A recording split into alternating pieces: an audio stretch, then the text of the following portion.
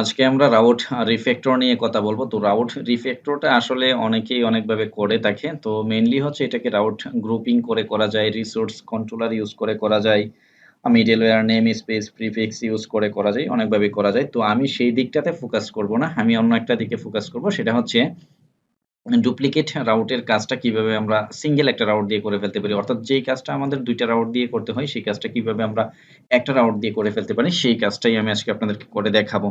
তো এখানে আমি কিছু রাউট রেখেছি। দেখুন এটা হচ্ছে ক্রুড সিস্টেম করেছি একটা। সেখানে কিছু রাউট রয়েছে। যেমন এখানে উম আ ১ম এই একটা আমি যদি রাউট খেয়াল করেন উপরের দিকে দেখুন আমি এটাকে এন্টার করে এখান থেকে একটু নিচে নামিয়ে দিচ্ছি। তারপর আপনাদেরকে বিষয়টা একটু বুঝাইলে হয়তো আরেকটু ভালো বুঝতে পারবেন। এটাকেও আমি এখান থেকে একটু আলাদা করে দিচ্ছি। এই যে ২ টা রাউট রয়েছে এখানে খেয়াল করুন।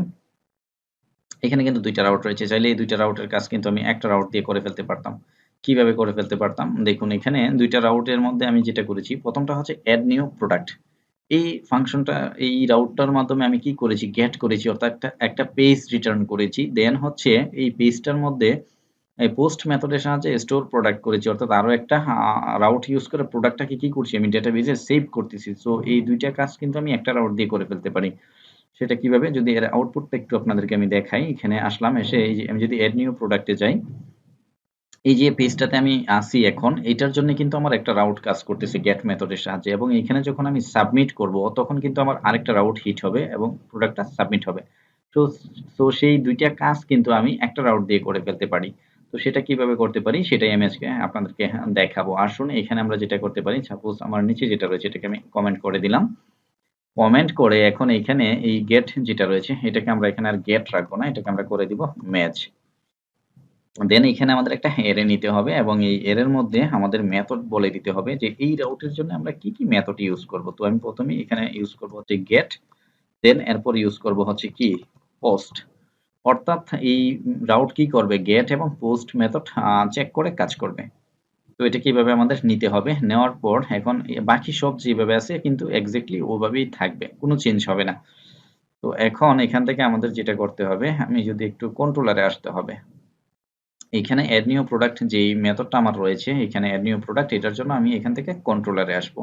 তো কন্ট্রোলারে এসে দেখুন আমি কি করেছি, এড নিউ প্রোডাক্ট থেকে একটা নিউ প্রোডাক্ট পেজ রিটার্ন করেছি এবং এরপরে স্টোর প্রোডাক্টের মেথডের সাহায্যে ওই পেজ থেকে ডেটাটাকে ইনসার্ট করেছি। তো এখন আমরা যেটা করতে পারি চাইলে দেখুন, জাস্ট এখানে আমি গেট মেথডের সাহায্যে কিন্তু আমার পেজটাকে রিটার্ন করতে পারতেছি। কোনটাকে? এই যে এই পেজটাকে।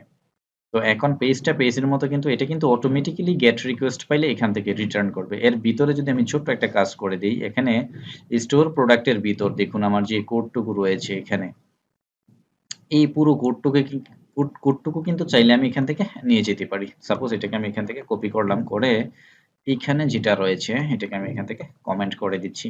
এটা আমার দরকার নেই। আসলাম এখানে, এসে এখানে যদি আমি বলে দেই if dollar request method post হয়, তাহলে এই কাজটা হবে। এক্সাক্টলি এটাকে আমি দিয়ে দিলাম। তো এখানে যেহেতু আমরা রিকোয়েস্ট ইউজ করেছি, রিকোয়েস্টটাকে কিন্তু আমাদের এখানেও ইউজ করতে হবে। Request dollar request. আচ্ছা। তো এখন বিষয়টা যেটা হবে এখানে দেখুন, এখন আমরা যখনই এই ইউআরএলটা হিট করব আমার, হ্যাঁ, এড নিউ প্রোডাক্ট এটা, আচ্ছা এখান থেকে আমি রাউট থেকে দেখাই। যখনই এই ইউআরএলটা আমরা হিট করব, এই যে এড নিউ প্রোডাক্ট, সে কিন্তু ডিফল্ট ভাবে কি করবে? এটাকে গেট মেথডের মাধ্যমে চেক করে নেবে। যেহেতু এখানে আমরা গেট মেথড ইউজ করছি, তো সে কি করবে? এখান থেকে গেট মেথডটাকে ধরে এই পেজটাকে রিটার্ন করে দিবে। তো এরপর হচ্ছে সে যেটা করবে, এখানে যখন আমি সাবমিট করব এই সেম ইউআরএল এর জন্য, সে কিন্তু চেক করবে মেথডটা কি রয়েছে। তো মেথডটাকে যখন সে এখানে পোস্ট পাবে, সে কিন্তু রাউটটাকে চেঞ্জ করে দিবে। অর্থাৎ আপনার মেথড চেঞ্জ মানে আপনার রাউট চেঞ্জ। তো এখন এখানে আমাদের যেটা করতে হবে, দেখুন আমি যদি এড নিউ প্রোডাক্টটাতে আসি, এসে এখানে আমি ফর্মের মধ্যে যেটা করেছিলাম বা ওয়েব থেকে আমরা রাউটটাকে নিয়ে আসতে পারি। এখানে একটু স্ক্রল করে যদি এদিকে আসি, এড প্রোডাক্ট যেটা রয়েছে আমার এই রাউটটা, এটাকে ধরতে হবে। ধরে আসলাম এড নিউ প্রোডাক্টে, এসে এখানে আমি যেটা করব, এখানে দেখুন স্টোর যেটা আমরা করেছি ফর্মের মধ্যে, এখানে আসলাম। স্টোর প্রোডাক্ট যেটা রয়েছে এখানে কিন্তু আমি এক্সাক্টলি সেম রাউটটা ইউজ করে দিতে পারি। সো এখানে আমি যেহেতু মেথড বলে দিছি পোস্ট, সে কিন্তু আমি যখন আর সাবমিট করব তখন এই ইউআরএল এর জন্য কিন্তু সে এখন গেট মেথডটাকে আর কি করবে না, এখানে গেট মেথডটাকে ধরবে না যখন আমি এটাকে সাবমিট করব। এখন এই ইউআরএল এর জন্য সে যেহেতু মেথড পোস্ট পাবে ফর্ম থেকে, সে কিন্তু পোস্টের জন্য এটাকে চেক করবে। তো কাজটা এইভাবেই হয়ে যাবে। এখন কিন্তু আমি এটাকে এখান থেকে যদি সাবমিট করি, আমার কিন্তু কাজ হয়ে যাবে।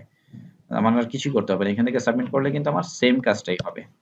তো এখান থেকে যদি আমি একটা প্রোডাক্ট টেস্ট এড করতে চাই এবং এখান থেকে চুজ ফাইল করি, করে একটা কিছু দেই, দিয়ে ওপেন করলাম, করে এখান থেকে যদি আমি সেভ করি, প্রোডাক্ট কিন্তু সাকসেসফুলি এডেড। তো আমাদের আগে ৩টা ছিল, এখন কিন্তু ৪টা।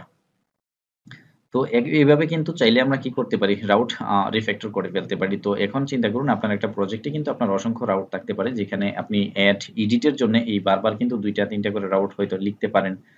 সো ম্যাচ ইউজ করে কি করতে পারি, আমরা সেই রাউট কিন্তু আমরা রিফ্যাক্টর করে ফেলতে পারি, অর্থাৎ রাউটটাকে কিন্তু আমরা কমিয়ে ফেলতে পারি। অ্যাকচুয়ালি এটা রিফ্যাক্টর না, আমরা রাউটটাকে কমিয়ে ফেলতে পারি। তো এভাবে আপনার যদি ২০টা ২৫টা বা আরো বেশি ক্রুড সিস্টেম থাকে, আপনার এটা প্রজেক্টে স্বাভাবিক থাকবেই। সেক্ষেত্রে কিন্তু আমরা অনেকগুলা রাউট কমিয়ে ফেলতে পারবো এই অ্যাড এবং এডিটের মাধ্যমে। তো এটাই ছিল আজকে রাউট নিয়ে কথাবার্তা, এখানে শেষ করছি। ধন্যবাদ সবাইকে, সাবস্ক্রাইব করে আমাদের সাথেই থাকুন।